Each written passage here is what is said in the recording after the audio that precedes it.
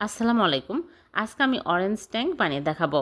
ইফতারিতে সবাই আমরা শরবত খাই, কিন্তু এই রকম অরেঞ্জ ট্যাঙ্ক যদি বাড়িতেই বানানো যায় তাহলে দোকান থেকে কেনার কোনোই প্রয়োজন হবে না, একদম দোকানের মতোই হবে।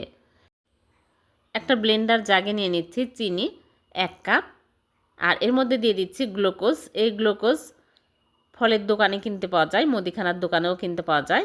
1/4 কাপ দিয়ে দিলাম, আর দিয়ে দিচ্ছি সাইট্রিক অ্যাসিড 1/4 টিস্পুন, আর লবণ দিয়ে দিচ্ছি 1/4 টিস্পুন।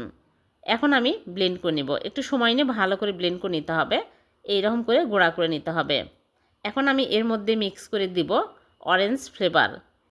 সামান্য পরিমাণে অরেঞ্জ ফ্লেভার অ্যাড করে দিচ্ছি, তাহলে সুন্দর ফ্লেভার পাওয়া যাবে অরেঞ্জের মতো ট্যাঙ্ক থেকে। এইরকম করে আমি আবারও ব্লেন্ড করে নিলাম। আপনারা যদি আরও বেশি কালার পছন্দ করেন তাহলে আরও একটু বেশি দিবেন, তাহলে সুন্দর কালার আসবে।